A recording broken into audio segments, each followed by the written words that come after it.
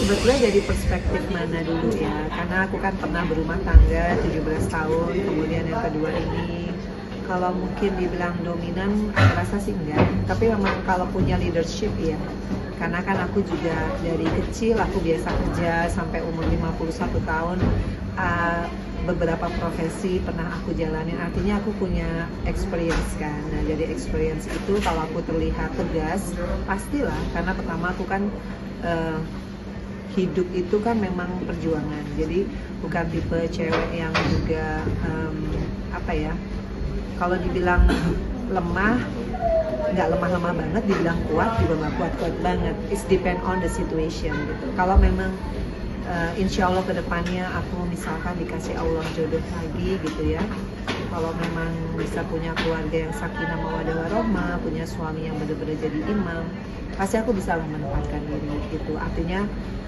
kalau tidak ada KDRT ya siapa sih yang mau bercerai, kan nggak ada gitu, apalagi di usia aku yang udah 51 tahun gitu, pengennya kan damai gitu ya. Tapi hidup itu kan nggak seperti yang kita inginkan, sometimes memang ini adalah ujian. Jadi kalau terlihat tegar, terlihat bisa menyelesaikan masalah ini ke masalah berikutnya, itu memang Allah yang menuntun. Jadi kalau terlihat dulu nangis-nangis pasca di KDRT, sekarang bisa terlihat tegas, karena memang kalau kita nggak bisa tegas di situasi yang memang kita harus tegas, gimana kita bisa memperjuangkan diri gitu. Jadi nggak bisa juga perempuan harus terlihat lemah lembut terus all the time 24 jam, sementara situasinya tidak memungkinkan perempuan itu di posisi seperti itu. Tapi kalau posisinya dia sakinah mawaddah warahmah, dia ada KDRT, semua baik-baik aja, ya pasti dia menunjukkan sisi yang ya perempuannya akan dominan. Dan Mbak Farah sendiri banyak dari laki-laki yang melihat dirimu kayak ini independent woman banget, jadi kebanyakan lebih kayak takut untuk lebih dekat sama Mbak Farah. Sebenarnya 9 tahun aku sendiri kurang lebih itu yang terjadi sih. Kecuali memang laki-laki itu di dunia politik atau mungkin dia memang secara profesi dan finansial pasti mungkin setara atau lebih. Once aku tiba-tiba jatuh cinta sama seseorang, itu memang sifatku adalah aku tidak materialistis gitu. Aku adalah orang yang memang bisa bekerja, dan prinsip aku apalagi betul baru berhijab, otomatis berpikir yang penting punya teman ibadah, bisa nanti cari uang bareng, bisa insya Allah kalau Allah mengizinkan bisa jadi anak surga sama anak-anak.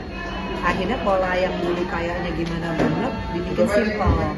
Nah kalaupun belum terjadi yang seperti aku impi-impikan, ya kita harus berarti lebih bermunajat sama Allah, harus lebih nggak boleh pesimis, nggak boleh menyalahkan diri terus-menerus, nggak boleh jadi orang yang akhirnya loser. Makanya saya balikan kenapa sekarang saya ingin jadi speaker, karena saya nggak ingin masalah KDRT ini hanya stop sampai terus saya nggak berbagi sama perempuan lain yang mungkin saat ini lagi bingung gitu, lapor enggak, speak up enggak, itu kan masalah mental sih gitu. Jadi perempuan juga jangan salah, terlihat cantik, terlihat pintar, terlihat juga punya prinsip gitu, karakter lah. Nah, itu kalau dia bisa memperjuangkan dirinya, kalau hal yang benar ya harus diperjuangkan. Kecuali kita salah ya iyalah gitu kan.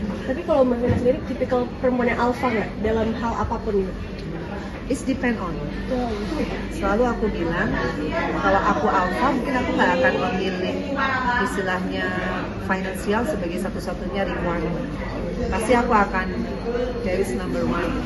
Itu kalau alpha mungkin, karena mungkin pemikirannya lebih ke tidak ke duniawi lagi, aku lebih berpikir simple, toh meninggal kita nggak mau apa-apa. Jadi memang it's complicated sih. Kalau aku ngomong gini nanti dibilang begini, nanti ngomong gini bilang gini. Tapi buat aku nggak akan fokus sama yang sudah terjadi. Udahlah ke depannya, toh Allah udah memudahkan ini semua, udah ada vonis, tinggal cerainya. Nah sekarang ke depannya aku harus mulai menata diri kan. Apalagi nih ada si Fania, artinya kan dia jadi harus mencontoh aku. Kalau aku nangis mulu terus nggak apa-ngapain, terus nggak berprestasi lagi, nggak berkarya, terus dia mau jadi apa? Kan madrasah pertama adalah ibu, jadi aku harus move on. Kan kemarin baru aja mengembalikan barang-barangnya Tante. Dan kabarnya nih ibunda dari Ferry Irawan tuh sedih katanya barang-barang dikembalikan. Seperti apa reaksi tante? Jadi gini, kalau soal pengembalian barang-barang itu, beberapa bulan yang lalu kita kan pernah sama-sama melihat dan saya dari salah satu lawyer yang bersangkutan bahwa kalau saya tidak mengembalikan barang-barang ada ancaman hukuman 4 tahun ya kalau nggak salah. Pada saat itu kan saya cukup lumayan bingung ya, apa ya yang bisa terancam 4 tahun gitu. Jadi dari awal pun karena memang informasi yang disampaikan lewat media bukan lewat surat secara tertutup, artinya kalau kita menjawab harus sama ya, on public gitu ya. Cara jawabnya adalah ya saya listing langsung barang-barang apa yang masih ada di rumah saya, termasuk surat-surat penting, termasuk apa yang pernah dikasih pun saya kembalikan gitu. Jadi itu pun surat kuasa saya mintakan belum ada beberapa bulan yang lalu pada saat barangnya sudah rapi. Ya kan saya tunggu, saya sabar. Itu pun kita yang aktif loh. Lawyer saya, Bang Hotman, selalu coba menyurati untuk segera mempersiapkan surat kuasa. Dan alhamdulillah ada surat kuasa. Kenapa di pengadilan agama? Karena kebetulan memang ada sidang gitu. Jadi ya saya memang ingin teman-teman media menjadi saksi juga, karena kan awalnya kan warningnya on public, jadi mengembalikannya pun saya rasa lebih tepat on public sehingga nggak ada fitnah, nanti nggak ada masalah yang akan ditimbulkan di kemudian hari. Jadi it's a consequences.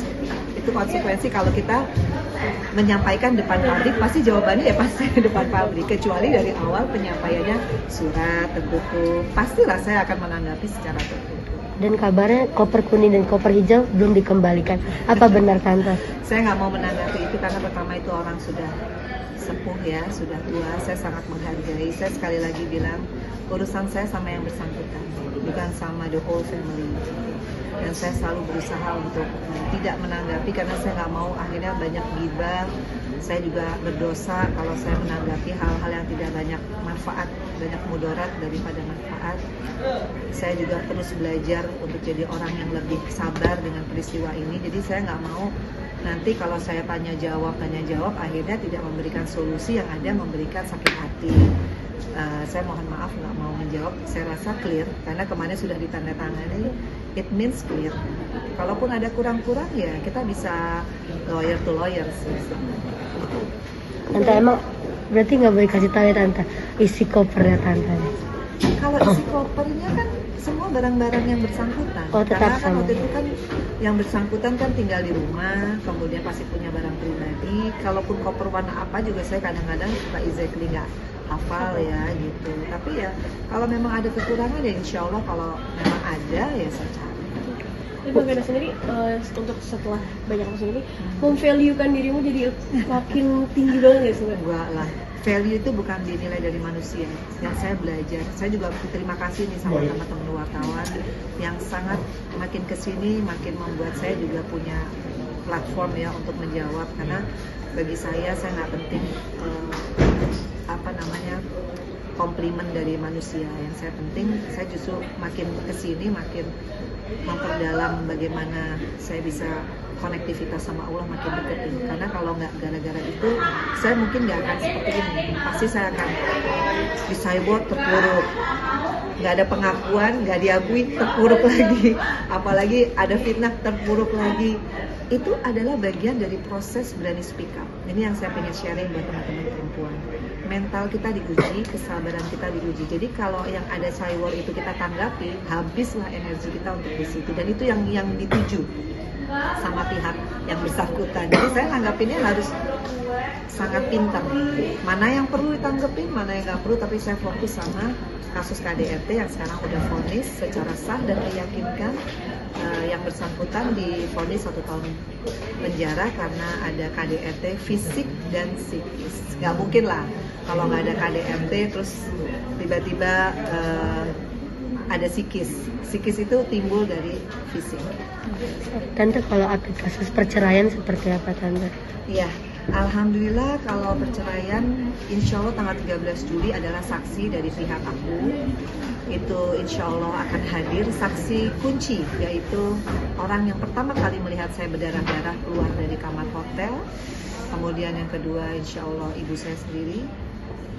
Ya habis itu katanya ada kesimpulan atau apa, ya insya Allah akhir Juli insya Allah udah putus.